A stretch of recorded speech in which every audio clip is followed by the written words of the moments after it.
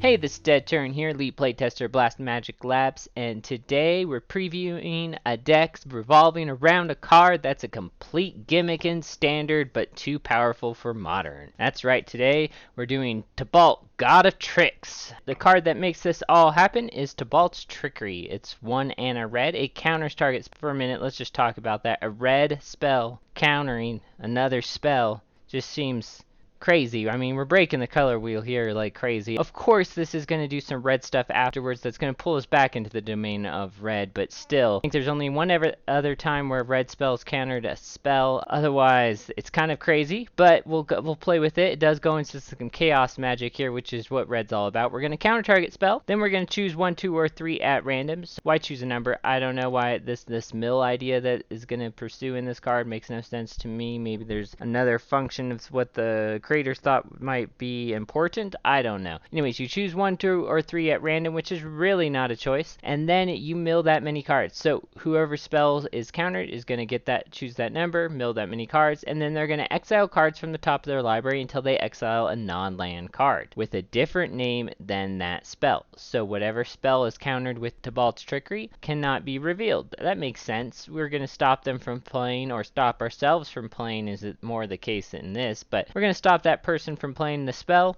and then make them change to a different spell. Then they can cast that spell without paying its mana cost. Then they put the exile cards on the bottom of their library in a random order. I don't think you even need to exile. I think you could just do reveal, but that's, I don't know, maybe there's another interaction they were thinking of that they wanted those cards exiled instead of revealed. I think you could easily just reveal cards from the top and then put them on the bottom. I don't know why they need to go to the exile zone first, but maybe it allows for a different interaction with this card. I'm not even sure. I think that's a weird way of doing it, but anyways, that's the card. That's the card we're going to build the deck around, and we're not doing it to our opponents. We're doing it to our own stuff. We're going to essentially counter something cheap, these zero-cost spells, and get something massively awesome on turn 2 or 3. These big, powerful spells. Let's go over the stuff we're going to counter first, and then we'll go over the stuff that helps us find the combo, and then we'll see what we get in the end. The stuff that we're going to counter. Tormald's Crypt. This is zero cost artifact, and you can sacrifice it to exile all cards from target player's graveyard. This is in here because it's a zero cost spell. There's not many zero cost spells in Standard right now. That, as you can remember, we used to play the X equals 0, 0 equals X deck back in a previous Standard, and there have been plenty of X spells that would have been nice to use in this deck. However, that is not the case right now, so we're using the Crypt. It's kind of useless in this deck as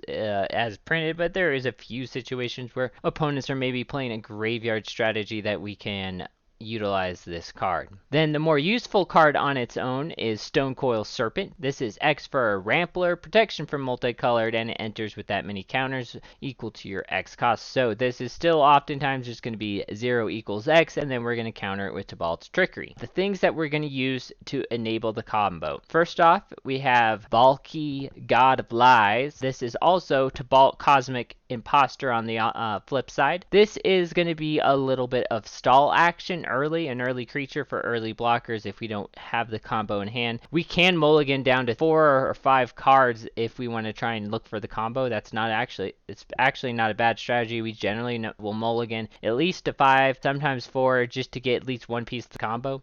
This is going to be a late game finisher on the Tibalt side and an early game blocker just to keep us alive a turn or 2 on the God of Lies side. Valky God of Lies is 1 and a black for a 2/1 God creature. When it enters the battlefield, opponent reveals their hand. For each opponent exile a creature card they revealed this way until it leaves the battlefield. And then for X, you can choose a creature card exiled with this card with converted mana cost X, and it becomes a copy of that card. So the nice thing we can do about this is we can use this as a double-edged sword. We can use this to strip something from their hand they may play the next turn. Even if this does die eventually and that goes back to the hand, we can use this to take card and make it into that card, making our, take one of their cards and then later make it into that card and use their cards against them. We can also use this as a protection. Tibalt's Trickery, of course, is going to be easily counterable. This will give us a peek at their hand. This allows us to look at their hand and then say, do you got any counter spells? So can we go off on our combo? And also, it's a 2 mana costing spell. This is going to be an easy spell to counter with the Trickery if we don't find the Crypt or the Serpent. When you're mulliganing, I would just mulligan until you have the Trickery or at least one of these two, but we'll talk about that later. This does allow us to do a lot of stuff on the front side. Now on the flip side, this is going to be one of the hopeful win cons of the deck. Tibalt Cosmic Imposter is 5 and a black and a red for 5 loyalty planeswalker. As it enters battlefield, you get an emblem, which is a little interesting. There's not many, if any, planeswalkers that give you their emblem when they enter the battlefield. It's kind of crazy. Normally, you got to build up all this loyalty, then use their massive minus loyalty ability to get an emblem. So this one works a little in reverse. You get the emblem when it comes into the battlefield. And this emblem says you may play cards exiled with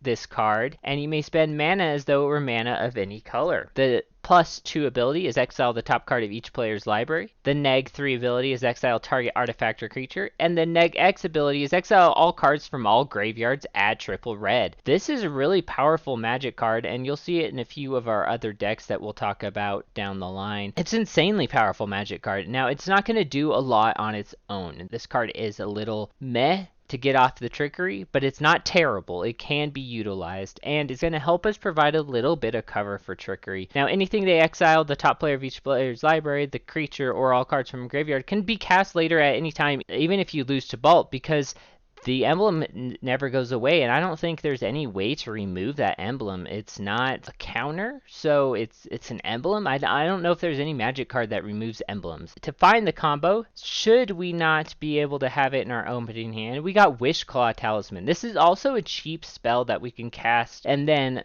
counter with Trickery. Wishclaw Talisman enters the battlefield with 3 wish counters. That means 1 wish for you, 1 wish for your opponent, and lastly another wish for you. 1, tap it, remove a wish counter from Wishclaw Talisman, search your library for a card, put it into your hand, then shuffle your library. Opponent gains control of Wishclaw Talisman.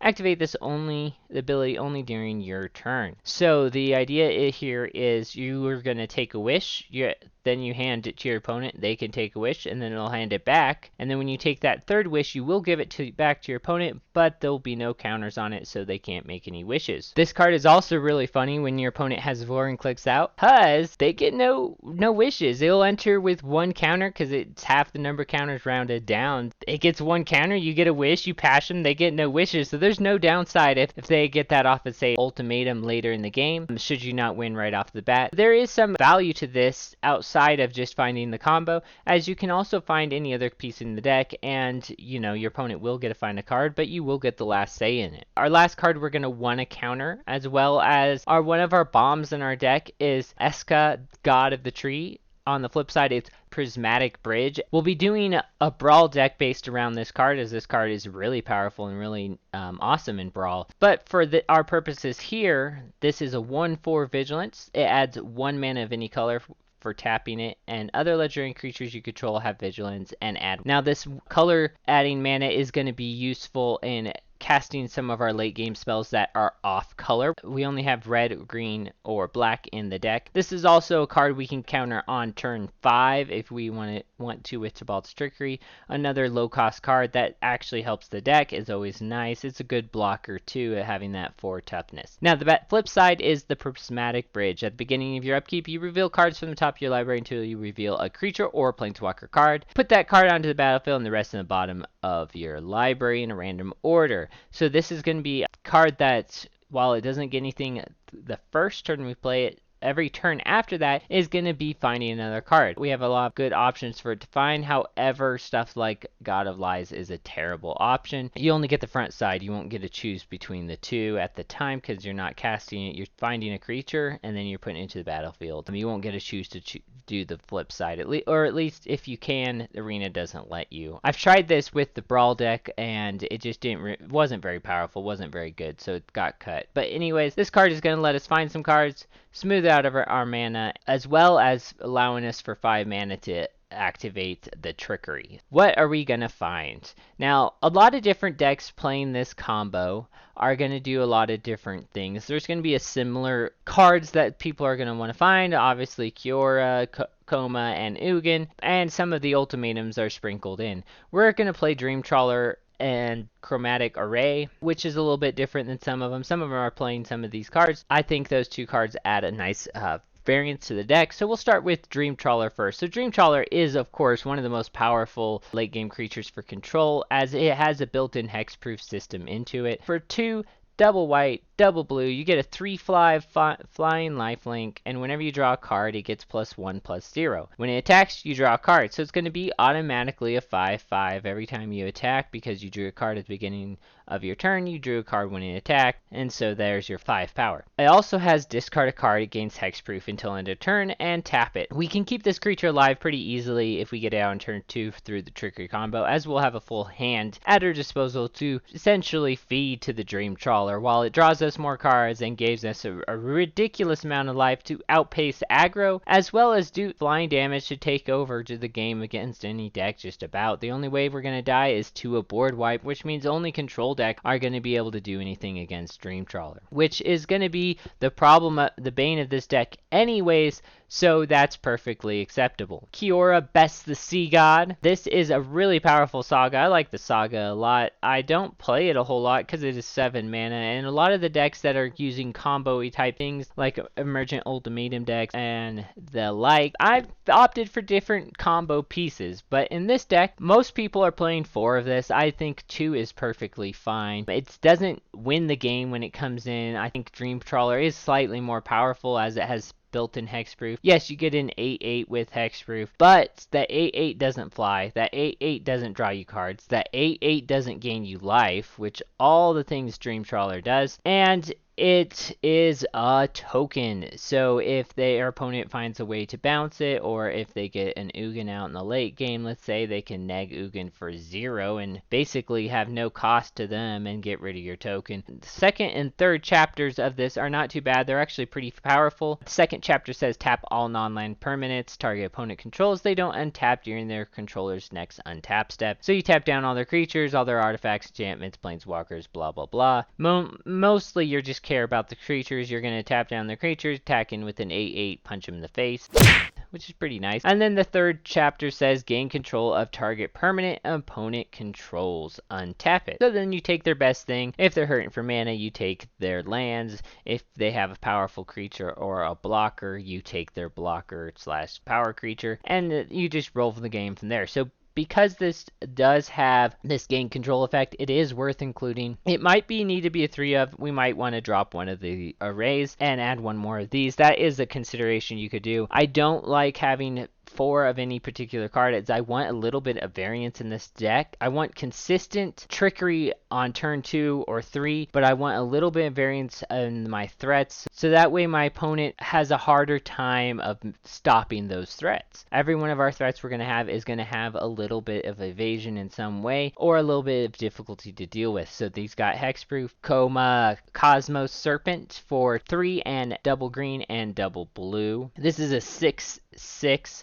It can't be countered. So this spell is really nice, because if you cast the Trickery, but they don't have something to stop the Trickery, sometimes they might be able to stop your other spell, such as Exit Scatter or Disdainful Stroke. So while they may not be able to counter the Trickery, if your opponent went first and you're casting this on turn 2, or if you're casting this on turn 3, they may have a counter spell for the thing you find. That's why this card is nice to have in here, because it can't be countered. It's a 6/6, which is okay for 7 mana, but it has all these abilities tacked onto it, so it can't be countered. And then it creates a snake at the beginning of each upkeep. Well, it creates a serpent, I should say. A snake, serpent. I don't know why these are separated in Magic, but they are. So it creates a serpent, to be exact. And it's a 3/3 serpent named Koma's Coil. So it's like an offspring or like a piece of the snake. I think this snake is really kind of cool. Maybe it breaks a piece off of it and sends it out, or it spawns a little baby snake and sends it out. Either way, it's real powerful. Then those snakes snakes can be used to keep Coma alive or to wreak havoc on your opponent. So you can tap target permanent by sacrificing a snake, and its activated abilities can't be activated. So if they have a planeswalker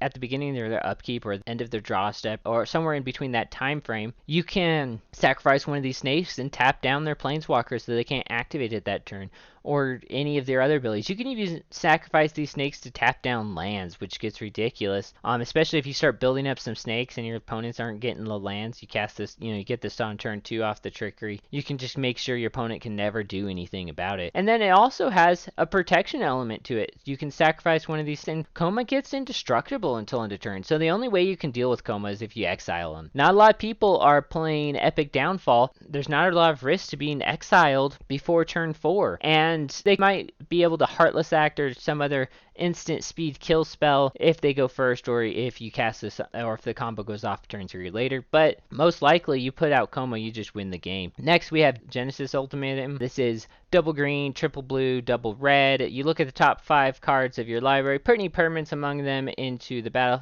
battlefield, and the rest into your hand. So this is a nice card just to get multiple of these guys out. This could be 3 as well, maybe even as high as 4, but there's too many other cards down in this section of the deck that we don't really care about finding. Obviously the combo pieces as well as our combo finder. So this is only at a 2 because of that. But as I said, this could be as high as 4 if you wanted. It's one I've played around at different numbers. I'm not really sure what the correct number is. 2 seems to be about right, as it can whiff. You can whiff completely with this card, and you don't want to whiff in this deck. You want to hit powerful cards. So that's why we're going with 2. Chromatic Array. This card is insane. I like this card a lot. So it's a 7 mana artifact, and you can spend mana as though it were mana of any color. You tap it, you add 5 freaking colorless mana to your mana pool, and then you draw a card for each color among permanents you control. We got 2 here, 2 here. If this is out, you draw 5 cards. I mean, the card draw on this is insane, as well as it fixes all our mana problems. If we cast this on turn 2 off of the Trickery, we now have 7 mana the next turn, and we can cast everything but Ugin. That's insane. So this card, I think, enables the deck too much to not be a 3 of at least in this. It could go 4, but the fact that it is legendary makes me want to temper it a little to put it at 3. That's also why Coma is tempered down to 3, is it is legendary. It's a great card. While it doesn't win the game, it's not like comes out and go, oh yeah, look at me right off the bat. It does make all our other turns so much better, and we start casting really powerful spells from that point forward that it is just too powerful to not have in that deck. I think any deck not running this card is a big mistake. And then lastly, the last bomb we're going to pull out is Ugin the Spirit Dragon, most powerful planeswalker in Magic right now for standard at least. It's 8 mana for a 7 loyalty planeswalker. You can +2 to deal 3 damage to any target. You can neg X, which is the predominantly the thing you're going to do. However, in this deck we do a lot of +2 because we can get them out on turn 2 and just start popping their creatures down until we get its neg 10 effect. But its neg X effect is exile each permanent with converted mana cost X or less. That's 1 or more colors. Since most of our permanents are going to cost a lot, we're going to just predominantly be exiling our opponent's stuff. And then the neg 10 is you gain 7 life, draw 7 cards, and then put 7 permanents onto the battlefield from your hand. Really what we want to do generally is if we get this on turn 2 or 3 off of Trickery, we're going to want to +2 twice, killing off any of their creatures that we can, or any creatures that are going to give us a problem. If we have to neg X, we will, but we want to get to this neg 10, and because this is going to be the most viable time you're going to get to the neg 10. And with all these other powerful threats, if we can get to the neg 10 and plop some of these down, we're just going to dominate and we're going to win the game. Some of these decks are playing the Nyx Bloom guy. I don't think that's a really good idea either, as it doesn't help the mana base already, which is another reason why we should play Array. But anyways, back to Ugin. So that's just really powerful. It's a really good card. We want 4 of this. Because he's a planeswalker, you can die to attacks, and his neg X is so powerful, we might want multiple copies, as this is our only way to wipe the board in the main deck. Well, this is the only way to wipe the board in the whole 75. Mana base is pretty straightforward. These are going to be blue, red, and green lands. So we're going to go with 9 temples. Temple of Abandon, Temple of Malice, and Temple of Epiphany. Most decks are running some variety of scryed lands. Some are running a different number. I just want all our numbers, all our mana to be consistent between our red, black, and blue. We have a lot of blue in what we're trying to find. We have a lot of green also. And we're going to have a lot of green out of the sideboard. Then, because we want to cast Trickery on turn 2, even though it's the only real red spell outside of the ultimatum, we want to hit this every time on turn 2, so we want a lot of red. The best way I think to do this is to have our 9 Scry lands. These will help us siphon through the deck and find that card sooner, or find the other pieces of our combo sooner. Then we're going to play 3 Riverglide flip lands, 3 Blightstep flip lands, and then 4 Crag-Crown Pathway flip lands. The Crag-Crown is going to be the 4 because we need green for her. We need double green. And we need double green for both of these spells, and we're going to need green out of the side. And we are going to, of course, need red for turn 2. So that one is going to be our most. You could easily change this if you wanted to maybe even put in a World Tree in the main if you don't mind going to 10 tap lands. The other one we're going to have is this Blight Path because we got these black cards down at the 2-drop, so we want to hit our blacks early. Because we don't have a lot of black in the deck, it is okay if we flip it over to the red side quite often. Now, our sideboard is going to be very transformative. We have negates, of course, to handle control decks, but we're going to probably want to take the combo out in game 2 and 3. We're going to just become a ramp deck. We're going to do this off of Lotus Cobra, and we're going to do this off of World Tree and 3 of these flip lands. Some people that are actually doing dedicated best of 3 decks for this, I have seen them using Cultivate, and they're having a few basics here with World Tree. I don't think Cultivate's the way to go. I think we're just going to write it out. We're going to have negate. We have already a couple of early creatures that we can take in. So we can take out the Trickery. We'll take out the Crypt, obviously. There's 8 cards right there. And then we can skim some numbers, or we can take out Wishclaw Talisman, whatever we want to do there. But we'll have some ramp from the Cobra. We'll have extra lands because we are only playing 20 lands. And then we have negate. And I think negate's better than Cultivate, as this allows us to deal with other decks, whereas Cultivate just says we're going to ramp and be a okay, not so great ramp deck. I think we're going to be a little less of a ramp deck and have some ability to stop them in some regards. This is the best way I could think of to do a sideboard, as the deck's just weak. It's a gimmick. It's really a gimmick in Standard. Now, in Modern, it's a whole different story. Modern, they banned this card because this card is insane in Modern. There's too many powerful Magic cards when you go back into Magic's history as far as Modern goes back. Whereas in Standard, it's just a few sets that's going to really affect how powerful this card is. As later sets get printed, this card may be viable for a best of 3 style deck. I think this is the closest we're going to get to that viability. But it's a lot of fun to play. This deck, it's always fun to see your opponent go, oh, on turn 2 when you drop a Coma or a Ugin or, one of these cards. It is a gimmick deck. It is only a best of 1 deck, and best of 3s you do get crushed. This is the best way, I think, of trying to not get crushed. These are all white on our flip lands, just as to note, so that we have white mana brought into the deck to play the Dream Crawler. Otherwise, that's the deck, and we'll see how she plays. As always, like, share, and subscribe if you like this video. Also, please consider supporting Black Magic Labs on Patreon. Thanks.